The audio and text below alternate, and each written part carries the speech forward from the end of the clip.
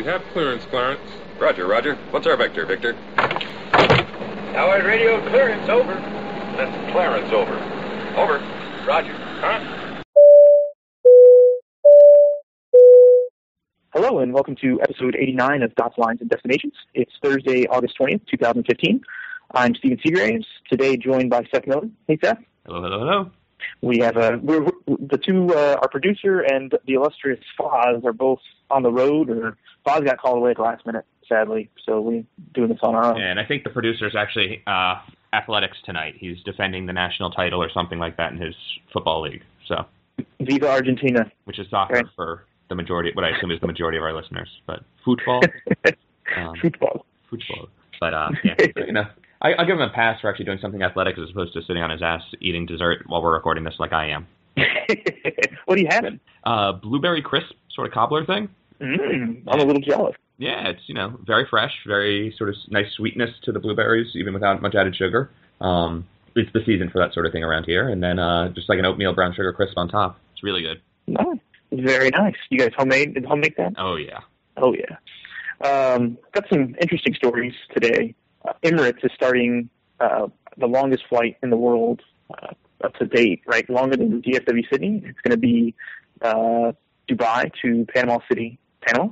And I can't remember when this starts, but it's coming up, and it's going to be on a 777-200 LR, I think. Yeah. Is what they're doing it on. And we were talking, you and I and Foz were talking about this offline, that at first it's kind of like, it seems like a weird route choice, Panama City, but it actually makes a little bit of sense since there's been so much investment in from the Middle East into Latin America, and Panama has become this sort of mini hub for Copa. I wouldn't call not it even really a mini hub. It's a big hub. Yeah, big hub. The hub of the Americas, in fact, is what they've nicknamed the airport. So I mean, it's kind of a jumping off point to all places Latin America, and I'm sure we'll see Emirates put code share with Copa on a bunch of stuff, right? I would expect to see that. I mean, I think you nailed it. I think there's a lot of business in that region, and Panama is in many ways a hub for a lot of it for a variety of reasons, right? You've got the canal, so there's the trade that's inherent from that. It's got a massive sort of tax-free trade region on the Atlantic side near Cologne, and it's basically like a whole city of trade and commerce that's all sort of a tax-free space. So I think for a lot of that sort of stuff, it makes sense. And then it also continues to get, has been for some time, and continues to get sort of massive investment from the rest of South America. I think one of the nice things about Panama for South Americans is that it's dollar denominated. Yep. Right? They use the U.S. dollar as their currency. It's not even just a pegged currency. They actually use the dollar. You get different coins. The quarters is the only one I think I can remember getting, but when you get your change back from something that you buy down there, the quarters are actually minted in Panama and look different, even though they're the same size. But the bills are just U.S. greenbacks. So, I think one of the jokes I cracked while we were talking about this before, as you mentioned, is, excellent money laundering opportunities at both sides. And it's a joke, but on the other hand, it's a little bit serious. I do think that's maybe not money laundering, but good ways for lots of money to sort of move through the global financial markets, and there's some decent business action going on there. So not surprising to me. And if you were Emirates and you wanted to sort of pick somewhere in Latin America, you've already got Sao Paulo, right? Yeah, Sao Paulo and Buenos Aires. They do Buenos Aires, or is it Sao Paulo and Rio? I can't remember. They fly a connector down there somewhere. Do they do like a Fifth Freedom flight kind of thing? Yeah. Flag flight? Yeah. So I would bet it's Buenos Aires, but we could check that. That's why we need the producer. But it doesn't surprise me that they picked Panama in that region to be the sort of hopping off point. Like you said, you got good connecting opportunities onward, and in and of itself, Panama is a still growing business. There's a lot of skyscrapers. There's a lot of money going on down there. Yeah, and you get to avoid the U.S. You don't need a U.S. visa now to get down to Latin America, right? From say, somewhere in the Middle East, you don't have to hold a visa for the United States transit, which is kind of a nice thing for people who, transiting in the United States to me seems like one of the dumbest things you could do. Yeah, or most painful things. Yeah. So to me, that makes a lot of sense. Like if I'm going to, Colombia, northern Latin America from Dubai, it makes total sense to go through Panama for me. So I see it. It'd be cool to have that. I'd love to get that line. I don't know. Maybe I can burn some Alaska points or something. Yeah, that'd be a good one. Yeah, but except for it's like the slanty flat seats in business. That is it. Yeah, it's on the old school 777s. Yeah, but Let's talk about some United lounge changes. So United it came up on Flyer Talk first, and then it was confirmed via some back and forth with agents at the lounges. But I think someone said that they spotted it first on a sign that coming August 16th of next year, you have to have a same-day boarding pass to enter the United Club. Yeah, and so I think this is a spectacular example of United's bad communication. And it really is. It's both spectacular and bad. Apparently, the lounge in LaGuardia, I think, was the first where it popped up on Flyer Talk, at least, where a couple days before the official announcement came out, they had a sign up saying, effective 1 year and 3 days from now, yada, yada, yada. And I think it was one of those things United thought they were being nice by giving everybody a year notice, and they sent this out to the lounges in advance. And it's like, on Wednesday, make sure you post this, or Tuesday, make sure you post this, and someone put it up a couple days early. So it was before the official notification went out. I got the official notification email today as well, even though I'm not a lounge member. I guess I was at one point thanks to a credit card, so maybe that's why I got it, or maybe they just sent it to everybody. But it's an I can't say I necessarily blame them for the change. It seems I see why I got it because I have the stupid credit card. It sort of makes sense in that you don't want, if they're having crowding problems, then getting rid of sort of the low-hanging fruit of the people who aren't really flying kind of makes sense. Right, these are the people that cause extra work for the ticket counter to issue gate passes, and otherwise cause consume resources that they haven't necessarily contributed in with an airplane ticket. But at the same time, we obviously don't have the internal numbers. But how many of them are there, and what were they really drinking? Yeah, and maybe they saw that video from that guy that he said he used the American Airlines Club as his office lounge nightclub. And they said, no, we don't want that on our side. I don't know. Yeah, it's I know it's a tough call. The biggest challenge, with it to me is that getting a gate pass as a member used to sort of just be a thing, and it was easy and nice way to be able to meet people who are flying in, or go out with people, or just some useful things like that. And especially for the lifetime members who when they bought it, that was part of the was one. The question is, was that an advertised benefit or not? And it's hard to say. It certainly was something that was in the internal company documentation, right? GG checkpoint line 53, and has moved since then, but it was there. So I don't know. This seems like one of those things that on the surface is it's negative publicity without getting anything significant backed for the company. Yeah. But obviously there's got to be some problem that they're solving with this, that it made sense. So, and that's a clarification point. Do you think it's any boarding pass, or do you think it has to be a United boarding pass? So I think it's any boarding pass.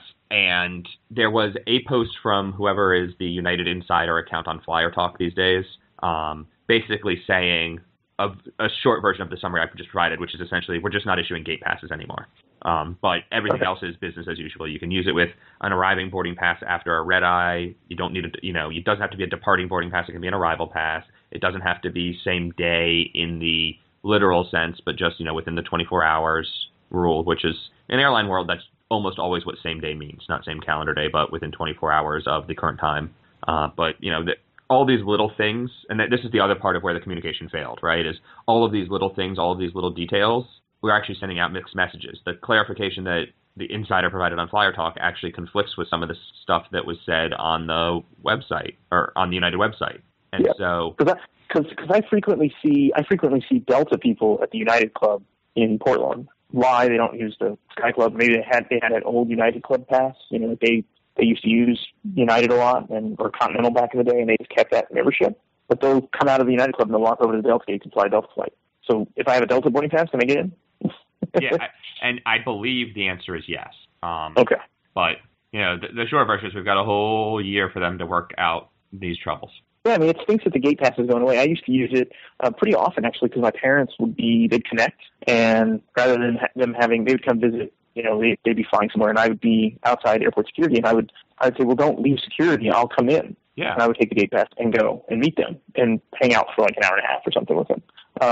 But now not being able to do that, that's kind of stinky, but I guess it is what it is.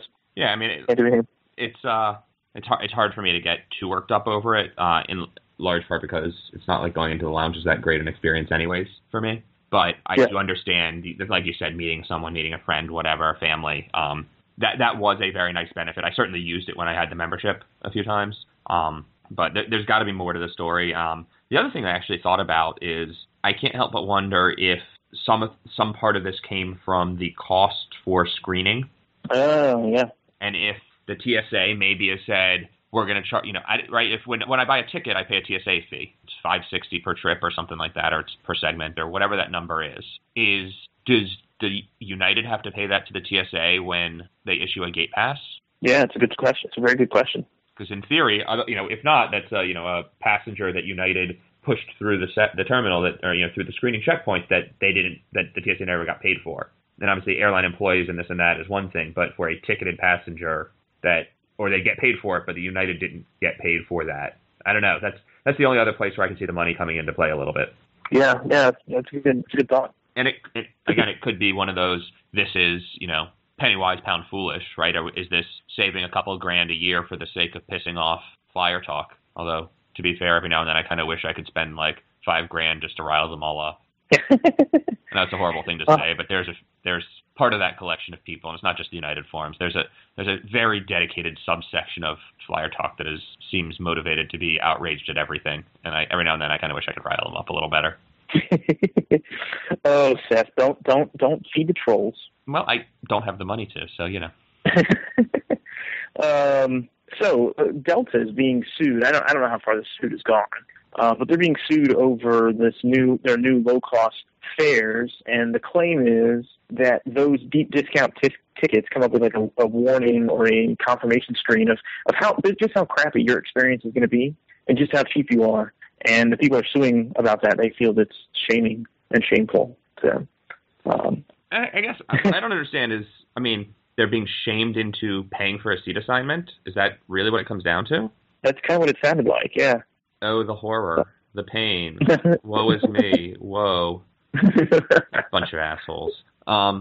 It's kind of ridiculous. When you think about it. It's ridiculous. It's completely ridiculous. I'm sorry. You can either say you don't like that product and pay more, or you can buy the cheapest ticket. But it's true. First of all, who else knows about it? Like, part of being shamed is that it happens publicly. Like, if I buy a ticket in the secrecy of my own home, does Expedia know that I'm a cheap bastard? Is that what they're really claiming? Like, you've embarrassed me and tarnished my reputation in the eyes of Expedia and Orbitz? I didn't know you had a reputation. Certainly not one that I'm worried about tarnishing.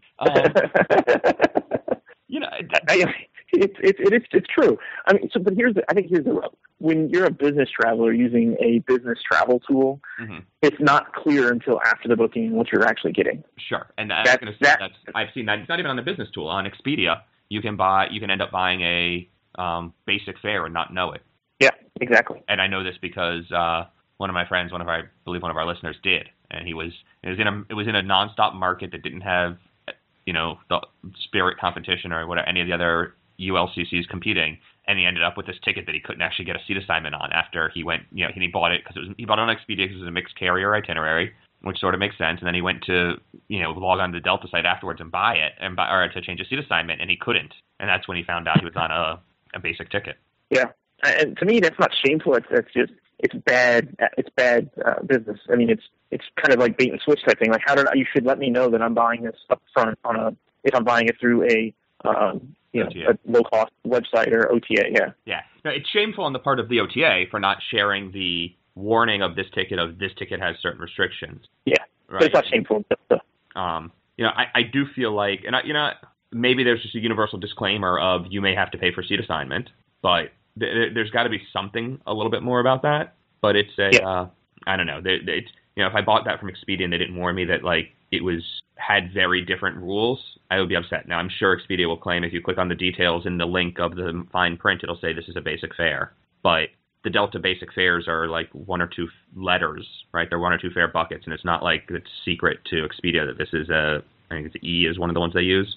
Mm-hmm. If it's an E fare, they should know that and be able to, say, and oh, by the way, this one's different. Of course, the flip side of that is if they start warning on it, my guess is conversions go down, and what Expedia most cares about is selling tickets.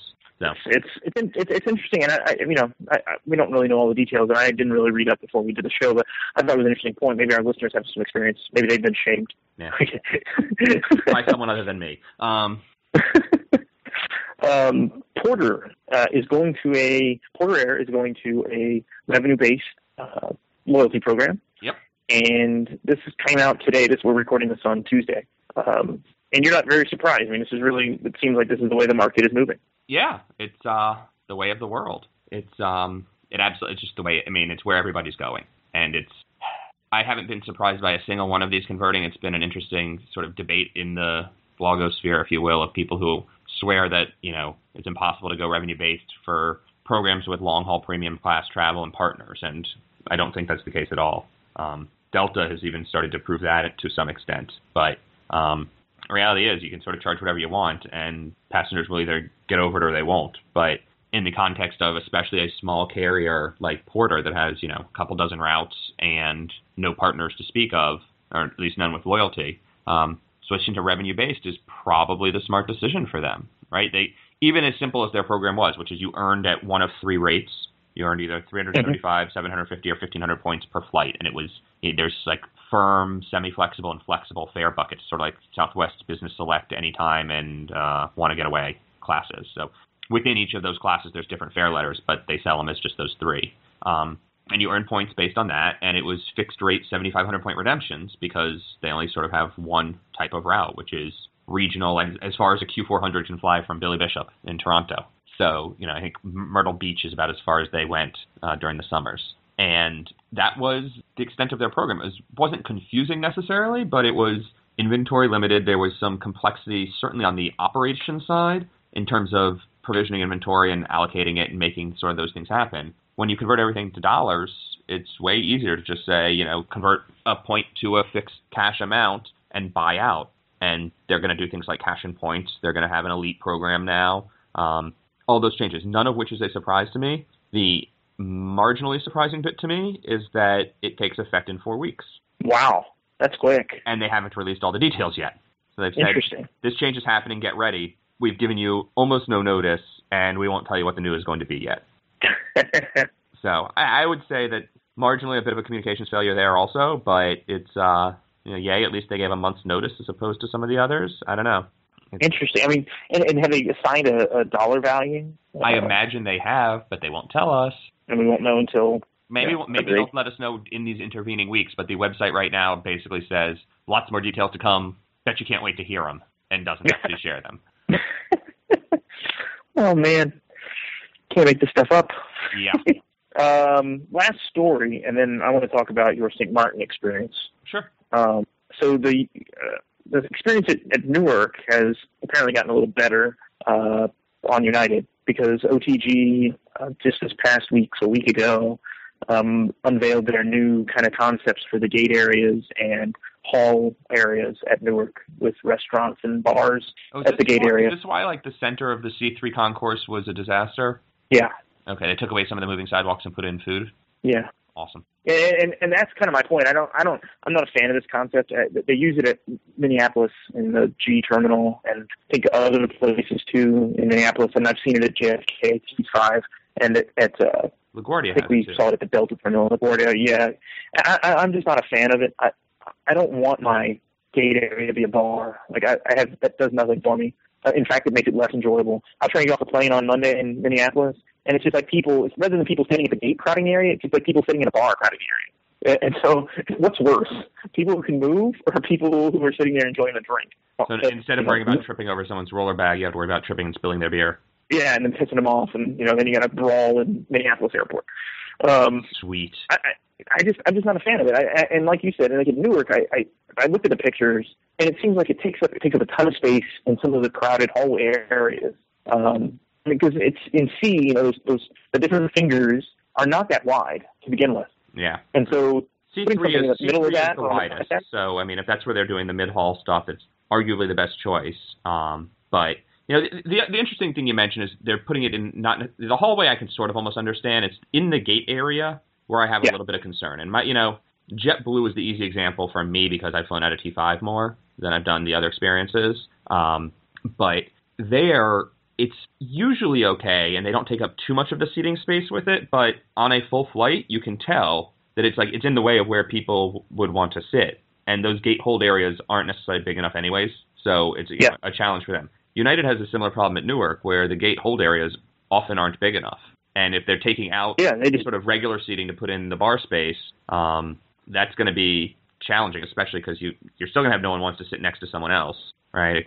So I don't know. That's going to be an interesting challenge. I'm looking forward to seeing it. I'm actually at some point trying to arrange to get out and talk to some of the PR people and sort of interview some of the United people about it. So maybe they'll change my mind, but I go in slightly skeptical.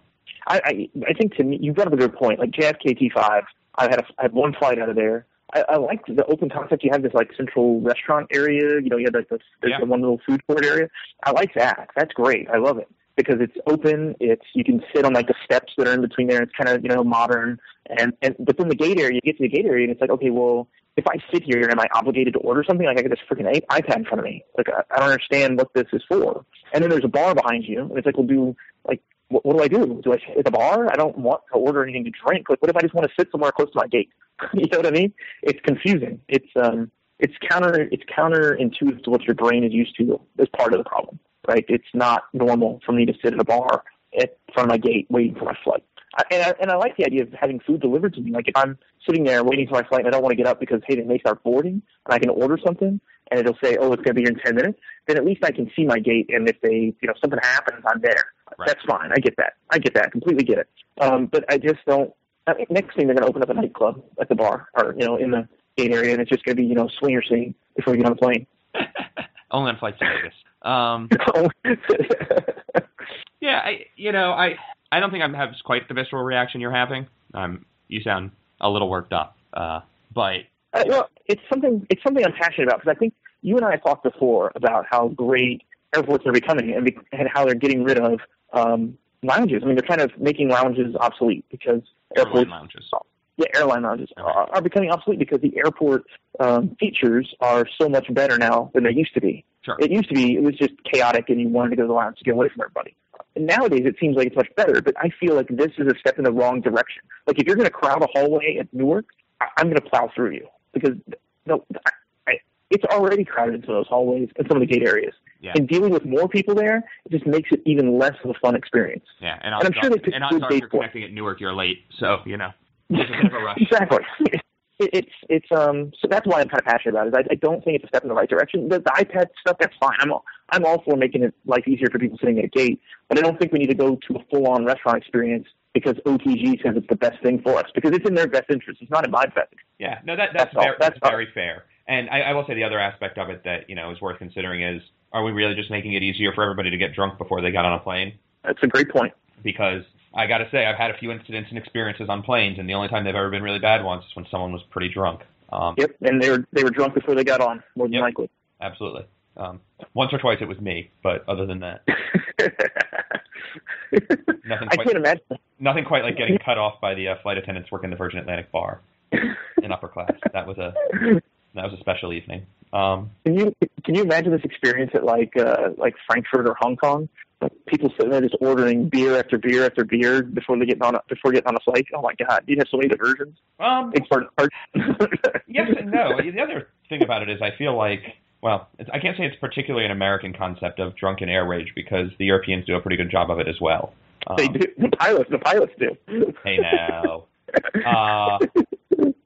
Still waiting for those alcohol test results. For those who aren't aware, this is the Baltic Air, right? Yeah, the Air Baltic, yeah. Pilots a couple weeks ago. 4 out of 5 of the flight crew, so 2 of the flight attendants and the 2 pilots in Norway on a charter flight. But anyway, crazy.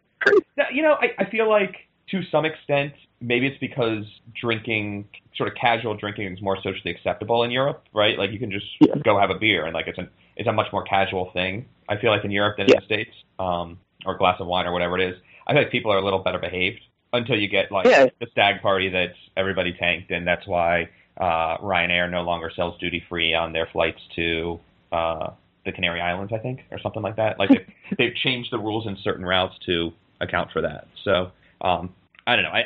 I certainly see that there are challenges, and getting more people liquored up in an era where flights are more crowded and people are less tolerant and less patient seems like a bad idea.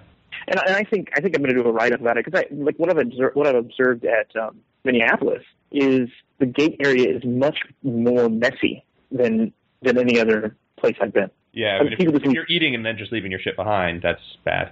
And you just leave it there, and people are too lazy, whatever. They didn't realize their flight was leaving, so they just leave their crap on the table. Then it's like, okay, well, if you don't have enough people to pick all that up, then... Yeah, or there's just more trash in the gate area because people have food. There's not enough garbage space. I mean... Yeah. So I'm interested to see it. I want to go. I'm going to fly to Newark at some point soon, and I want to check it out and get form my own opinion. I've only done it from pictures and what I've seen at other airports, but I want to see what they've done and just see. Maybe they pick good gates for it. Who knows? Yeah. So we'll see. Last thing is your trip to St. Martin, which was kind of awesome. Yes, it was. Last week I was a guest of the St. Martin Airport Authority and Win Air, which is the local regional airline. They fly a fleet of Twin Otters, the de Havilland DHC-6, and it's like a 20-seater little prop that's really, really fun to fly in. Nice. Yeah. So I was actually down there working for Runway Girl Network and ended up, capturing a few videos and photos for myself as well. But it was a really interesting experience.